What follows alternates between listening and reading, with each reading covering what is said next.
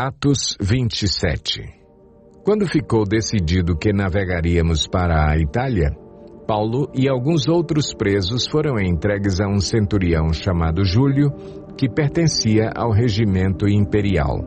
Embarcamos no navio de Adramítio, que estava de partida para alguns lugares da província da Ásia, e saímos ao mar, estando conosco Aristarco, um macedônio de Tessalônica. No dia seguinte, ancoramos em Sidom, e Júlio, num gesto de bondade para com Paulo, permitiu-lhe que fosse ao encontro dos seus amigos, para que estes suprissem as suas necessidades. Quando partimos de lá, passamos ao norte de Chipre, porque os ventos nos eram contrários. Tendo atravessado o mar aberto ao longo da Cilícia e da Panfilha, ancoramos em Mirra, na Lícia.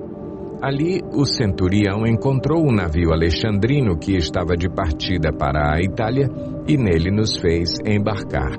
Navegamos vagarosamente por muitos dias e tivemos dificuldade para chegar a Cnido. Não sendo possível prosseguir em nossa rota, devido aos ventos contrários, navegamos ao sul de Creta, defronte de Salmona.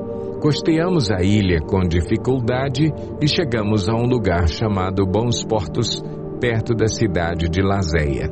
Tínhamos perdido muito tempo e agora a navegação se tornara perigosa, pois já havia passado o jejum. Por isso Paulo os advertiu: Senhores, vejo que a nossa viagem será desastrosa e acarretará grande prejuízo para o navio, para a carga e também para a nossa vida.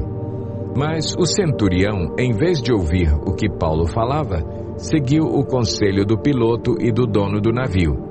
Visto que o porto não era próprio para passar o inverno, a maioria decidiu que deveríamos continuar navegando com a esperança de alcançar Fenice e ali passar o inverno. Este era um porto de Creta que dava para o sudoeste e noroeste. Começando a soprar suavemente o vento sul, eles pensaram que haviam obtido o que desejavam. Por isso, levantaram âncoras e foram navegando ao longo da costa de Creta. Pouco tempo depois, desencadeou-se da ilha um vento muito forte chamado Nordeste. O navio foi arrastado pela tempestade sem poder resistir ao vento. Assim, cessamos as manobras e ficamos à deriva. Passando ao sul de uma pequena ilha chamada Clauda, foi com dificuldade que conseguimos recolher o barco salva-vidas. Levantando-o, lançaram mão de todos os meios para reforçar o navio com cordas e, temendo que ele encalhasse nos bancos de areia de Sirte, baixaram as velas e deixaram o navio à deriva. No dia seguinte, sendo violentamente castigados pela tempestade, começaram a lançar fora a carga. No terceiro dia, lançaram fora com as próprias mãos a armação do navio, não aparecendo nem sol nem estrelas por muitos dias e continuando a abater-se sobre nós grande tempestade, finalmente perdemos toda a esperança de salvamento. Visto que os homens tinham passado muito tempo sem comer, Paulo levantou-se diante deles e disse: Os senhores deviam ter aceitado o meu conselho de não partir de Creta, pois assim teriam evitado este dano e prejuízo. Mas agora, recomendo-lhes que tenham coragem, pois nenhum de vocês perderá a vida. Apenas o navio será destruído. Pois ontem à noite apareceu-me um anjo do Deus a quem pertenço e a quem adoro, dizendo-me: Paulo, não tenha medo. É preciso que você compareça perante César. Deus, por sua graça, deu-lhe a vida de todos os que estão navegando com você. Assim, tenham ânimo, senhores. Creio em Deus que acontecerá do modo como me foi dito. Devemos ser arrastados para alguma ilha. Na 14ª noite, ainda estávamos sendo levados de um lado para outro no mar Adriático, quando, por volta da meia-noite, os marinheiros imaginaram que estávamos próximos da terra. Lançando a sonda, verificaram que a profundidade era de 37 metros. Pouco tempo depois, lançaram novamente a sonda e encontraram 27 metros. Temendo que fôssemos jogados contra as pedras, lançaram 4 âncoras da popa e faziam preces para que amanhecesse o dia.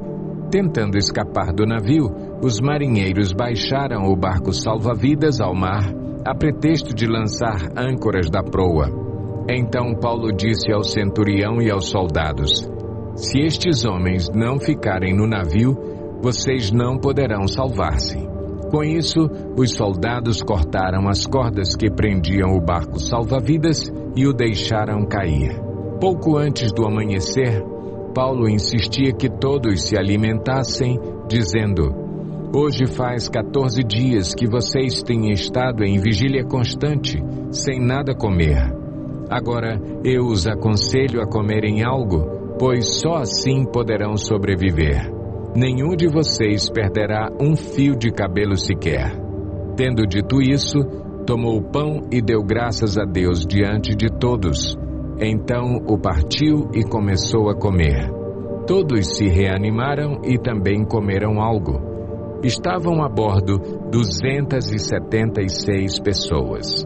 Depois de terem comido até ficarem satisfeitos, aliviaram o peso do navio, atirando todo o trigo ao mar. Quando amanheceu, não reconheceram a terra, mas viram uma enseada com uma praia, para onde decidiram conduzir o navio, se fosse possível. Cortando as âncoras, deixaram-nas no mar, desatando ao mesmo tempo as cordas que prendiam os lemes. Então, alçando a vela da proa ao vento, dirigiram-se para a praia. Mas o navio encalhou num banco de areia, onde tocou o fundo. A proa encravou-se e ficou imóvel, e a popa foi quebrada pela violência das ondas. Os soldados resolveram matar os presos para impedir que algum deles fugisse, jogando-se ao mar. Mas o centurião queria poupar a vida de Paulo e os impediu de executar o plano. Então ordenou aos que sabiam nadar que se lançassem primeiro ao mar em direção à terra. Os outros teriam que salvar-se em tábuas ou em pedaços do navio. Dessa forma, todos chegaram a salvo em terra.